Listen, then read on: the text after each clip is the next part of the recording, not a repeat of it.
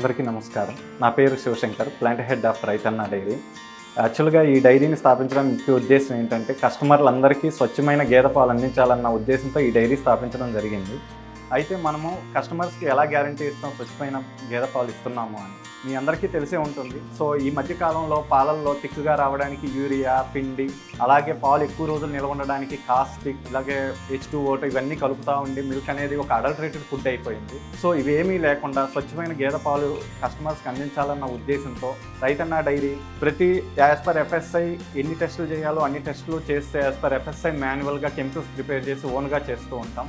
మీరు ఇలా చూస్తే ఇక్కడ న్యూట్రలైజర్ కానీ, సాల్ట్ కానీ, షుగర్ కానీ ఇలా యాజ్ పర్ FSI ఎన్ని రకాల టెస్టులు అన్ని రకాల టెస్టులు చేస్తున్నాము. అలాగే ఇక్కడ కెమికల్ ప్రిపరేషన్స్ కూడా యాజ్ పర్ FSI మాన్యువల్ మేము ప్రిపేర్ చేసి ప్రతి మిల్క్, ఇన్కమింగ్ మిల్క్, ప్రతి మిల్క్ కూడా అన్ని టెస్టులు చేసి అన్ని పాస్ అయిన తర్వాత మాత్రమే యాక్సెప్ట్ చేస్తూ ఉంటాము. మనకి BMC నుంచి లేదా కలెక్షన్ సెంటర్ నుంచి మిల్క్ వచ్చిన తర్వాత మిల్క్ శాంపిల్ కలెక్ట్ చేసి ఇలా శాంపిల్ బాటిల్లో కలెక్ట్ చేస్తామండి. ఇలా కలెక్ట్ చేసిన తర్వాత ఈ మిల్క్లో ఏమేమన్నా అడల్టరేషన్స్ ఉన్నాయా అనేది టెస్ట్ చేయడానికి మనము కెమికల్ మెథడ్స్ యూజ్ చేస్తుంటాము. ఇలా ఈ టెస్ట్ ట్యూబ్స్ ద్వారా మనం ఈ కెమికల్ టెస్ట్లు అనేది చేస్తుంటాం అనమాట. ఇది న్యూట్రలైజర్ టెస్ట్ అనమాట. న్యూట్రలైజర్ అనేది మనకి ఎందుకు చేస్తూ ఉంటారు అంటే మిల్క్ తొందరగా పాడవకుండా ఉండడానికి పాలల్లో కాస్టిక్ అనేది కలుపుతూ ఉంటారు. అది పిల్లలకి, చిన్న పిల్లలకి కానీ పెద్దలకు కానీ ఎక్కువ రోజులు అలాంటి మిల్క్ తీసుకుంటూ ఉంటే చాలా హెల్త్ ప్రాబ్లమ్స్ అనేవి వస్తూ ఉంటాయి. సో అలాంటివి ఏమీ లేకుండా ఉండడానికి మనం ఈ న్యూట్రలైజర్ అందులో ఏమైనా కాస్టిక్ ఏమైనా కలిపారా లేదని టెస్ట్ చేయడానికి ఈ టెస్ట్ చేస్తూ ఉంటాము. జనరల్గా ఇందులో మనం ఏం చేస్తాం, మిల్క్లో ఈ న్యూట్రలైజర్ శాంపిల్ అనేది చేస్తుంటాము. ఒకవేళ న్యూట్రలైజర్ లేకపోతే ఈ కలర్ అనేది ఆరెంజ్ వస్తుంది. అలాగే ఒకవేళ మనకి న్యూట్రలైజర్ కానీ ఉంటే పింక్ కలర్ వస్తుంది అనమాట. సో మీరు ఇక్కడ చూడొచ్చు. సో ఇదే విధంగా ఇక్కడ న్యూట్రలైజర్ టెస్ట్ కావచ్చు, సాల్ట్ కావచ్చు, షుగర్ కావచ్చు, స్టార్చ్ కావచ్చు, ఇవన్నీ కూడా ఏంటంటే పాలల్లో SNF పెంచడానికి, లేకపోతే అంటే SNF అంటే తిక్కుగా ఉండడం కోసం కానీ, లేకపోతే ఫ్యాట్ పెంచడం కోసం కానీ, అలాగే పాలు ఎక్కువ రోజులు నిల్వ ఉండడం కోసం కానీ ఇలా డిఫరెంట్ అడల్టరేషన్ చేస్తుంటారు. మీరు ఇక్కడ చూడొచ్చు, స్టార్చ్ చేస్తుంటారు. ఫార్మలిన్ టెస్ట్ కూడా చేస్తుంటాము. ఫార్మలిన్ అంటే మనకి మీరు చూసే ఉంటారు, బాడీస్ కుళ్ళిపోకుండా ఉండడానికి కలుపుతుంటారు. అలాగే పాలు కూడా పాడవకుండా ఈ ఫార్మలిన్ అనేది కలుపుతూ ఉంటారు. సో ఇవన్నీ మనిషికి ఆరోగ్యానికి చాలా సమస్యలు తీసుకొస్తాయి. అందుకని మనం ఈ టెస్టులన్నీ చేసి ఇవన్నీ నెగిటివ్ అయిన అన్ని టెస్టులు పాస్ అయిన తర్వాత మాత్రమే ఈ మిల్క్ని మనం ప్రొడక్షన్కి తీసుకుంటూ ఉంటాము. అలాగే మీరు వినుంటారు, పాలల్లో ఆయిల్ కలపడం, పామ్ ఆయిల్ కలిపారని, లేకపోతే ఇలాంటి సన్ఫ్లవర్ ఆయిల్ కలిపారని ఇలా అంటూ ఉంటారు. సో ఆయిల్ అడల్టరేషన్ టెస్ట్లో కూడా మేము చేస్తూ ఉంటాము. సో విట్రో రిఫ్రాక్టోమీటర్ ద్వారా మేము ఆ టెస్ట్ అనేది చేస్తుంటాం అనమాట. As per FSI vitro refractometer values వచ్చేసరికి 40 to 45 ఉండాలి. 40 కంటే తక్కువ ఉంటే అందులో పామ్ ఆయిల్ కలిపినట్టు మనకి అర్థమవుతుంది. సో మీరు ఇక్కడ చూస్తే ఇది విట్రో రిఫ్రాక్టోమీటర్. ఇది ఎందుకు అంటే పాలల్లో ఎవరైనా పామ్ ఆయిల్ కలిపినా, లేకపోతే ఇంకేమైనా ఆయిల్ అడల్టరేషన్ జరిగినా అవన్నీ డిటెక్ట్ చేయడానికి మనం ఈ ఎక్విప్మెంట్ని యూజ్ చేస్తూ ఉంటాము. ఇదేంటంటే FSI స్టాండర్డ్ ప్రకారం 40 to 45 రీడింగ్ వస్తే మనకి ఈ పాలు అనేది ఆయిల్ అడల్టరేషన్ జరగలేదని తెలుస్తుంది. సో ఆ టెస్ట్ కూడా మనం చేస్తుంటాము. అది ఒకసారి మనం చూద్దాం ఎలా చేస్తాము అని.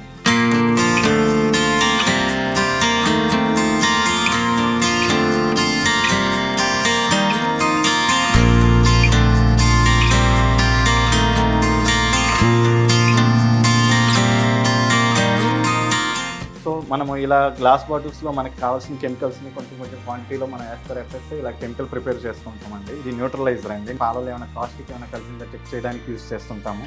అలాగే మీరు ఇక్కడ చూస్తే గ్లూకోజ్, పాలలో ఏమైనా గ్లూకోజ్ కలిపిన, అలాగే H2O ఇది మోస్ట్ అడల్టరేటెడ్ అండి. ఇది చాలా ప్రమాదకరం కూడా పిల్లలకి. పాలు ఎక్కువ రోజులు నిల్వ ఉండడానికి H2O అనే సొల్యూషన్ కలుపుతూ ఉంటారు.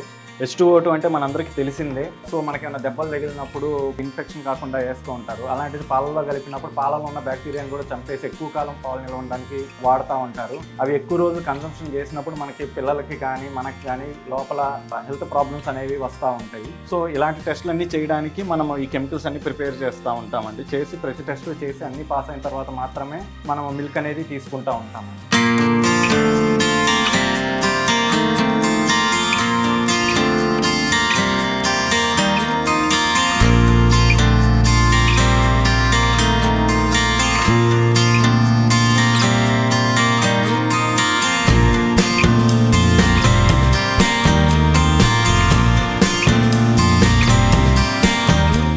I'm Sirisha. I have completed my Masters in Food Technology and currently I'm working in Raitana Dairy as a Quality Control Executive. In our quality department, we ensure that all the milk and milk products should meet safety standards according to FSSAI, and we daily check different quality parameters to the milk like adulteration and fat, SNF, etc.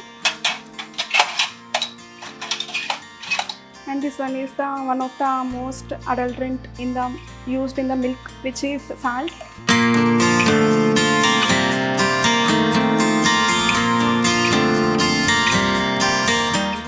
This one is neutralizer test. Actually ఈ neutraliser అనేది మిల్క్లో ఎందుకు కలుపుతారంటే దాని యొక్క shelf life పెంచడానికి use చేస్తారు. ఇది చిల్డ్రన్కి, ఇన్ఫాంట్స్కి ఎక్కువ use చేయడం వల్ల వాళ్ళకి లాంగ్ టర్మ్ డిసీజెస్ వచ్చే ఛాన్సెస్ ఉన్నాయి, లైక్ హెడేక్, నాసియా అలాంటివి.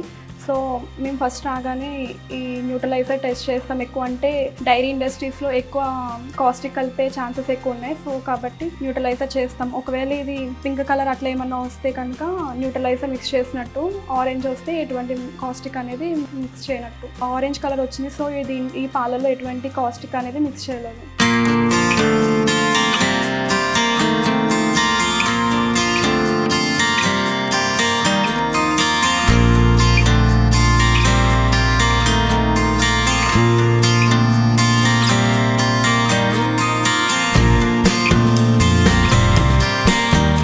క్వాలిటీ కాదండి, ఏ వ్యవస్థ అయినా స్టార్టింగ్ డేస్లో కార్పొరేట్ కంపెనీ అయితే తప్ప 100% అన్ని నామ్స్ ప్రకారం ఎవ్వరూ ఒకేసారి రాలేదండి. రూపాయి ఉద్యోగం చేసుకొని రూపాయి నుంచి వచ్చాం. మార్కెట్ అనుబంధంగా జరిగే క్వాలిటీ నామ్స్ ప్రకారం ఒక్కొక్క స్టెప్ ఎక్కుకుంటూ వస్తున్నాం. సమాజం నుంచి వచ్చే సూచనలు ఏవైతే ఉంటాయో వాటన్నిటి నుంచి మళ్ళీ ఇంకా మెరిట్గా తయారు చేసుకుంటారు. ప్రోడక్ట్, సర్వీసు అంతా నెంబర్ 1 అండి. ఎక్కువ మంది రీచ్ కావడం విషయమే ఒక డిఫరెన్స్ ఉండేది. ఒకసారి వన్స్ రీచ్ అయిన తర్వాత ఇంకా మళ్ళీ మనం వెనక్కి తీసుకోవాల్సిన అవసరం లేదు. ఎందుకంటే మేమేం ఎక్కువ రేట్లు పెట్టలేదు. మార్కెట్లో ఈ బకెట్ ఏ కంపెనీ అయినా 100 రూపాయలు అమ్ముతుంది.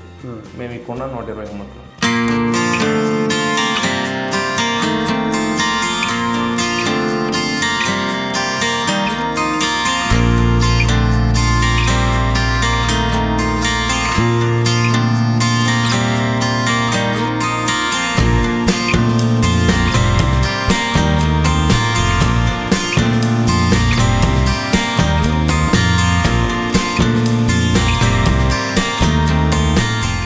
ఇది మీరు 12 గంటల సేపు అలా ఉంచండి.